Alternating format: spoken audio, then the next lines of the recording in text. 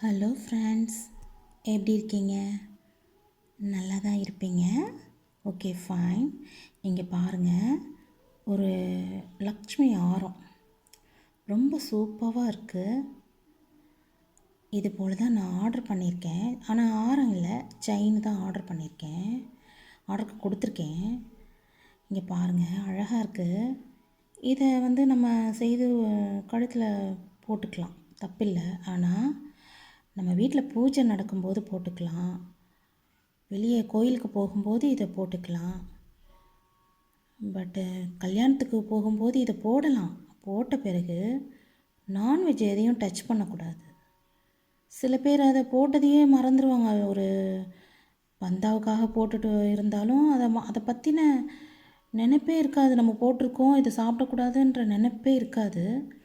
அவங்க பாட்டுக்கு ஜாலியாக சந்தோஷமாக இருக்கும்போது இதை பற்றின நினப்பு, அந்த சாப்பிடக்கூடாதுன்ற நினப்பு வராது. நான் ப்ளேம் பண்ணுறதா நினச்சிக்காதீங்க. உண்மையாலுமே இதை போட்டுட்ருக்கிறப்ப ஒரு கேர்ஃபுல்லாக இருக்கணும் அப்படின்னு தோணாது. எல்லாத்தையும் எடுத்து கட்டிட்டு சாப்பிட்ணுன்னு தான் தோணும், நான்வெஜ்ஜாக இருந்தாலும்.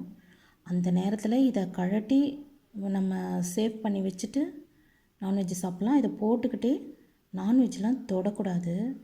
இதை நான் கல்யாணத்தில் ஒரு மேரேஜ் ஃபங்க்ஷனில் இந்த மாதிரி நான் பார்த்துருக்கேன். லேடிஸ் நல்ல ஆரங்கரம் போட்டுக்கிட்டு நான்வெஜ்லாம் சாப்பிட்றத பார்த்துருக்கேன். ஆனால் அதை மாதிரி செய்யக்கூடாது. அந்த மாதிரி செய்யும்போது நமக்கு அந்த நேரம் ஒன்றும் தெரியாது. ஆனால் அந்த மறுபடியும் அந்த நகையை தொட முடியாமல் போயிடும்.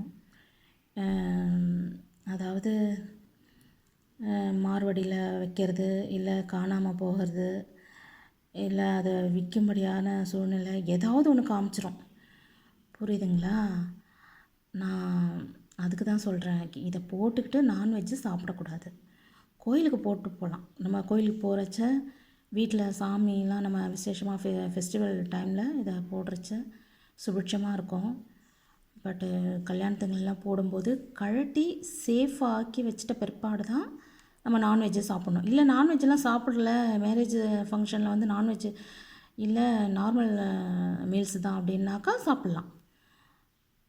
கொஞ்சம் கேர்ஃபுல்லாக இதை போடும்போது கேர்ஃபுல்லாக இருக்கணும். ஏன்னா லக்ஷ்மி நம்மக்கிட்ட தங்கணும் இல்லைங்களா? அதை நம்ம நீச்சமாக்கக்கூடாது. சரிங்களா? அதுக்கு தான் இந்த மெசேஜ் கொடுத்தேன். ஃப்ரெண்ட்ஸ், நான் சொல்கிறது பிடிச்சிருந்தா எனக்கு கமெண்ட் பண்ணுங்கள். இது கரெக்டு தானான்னு.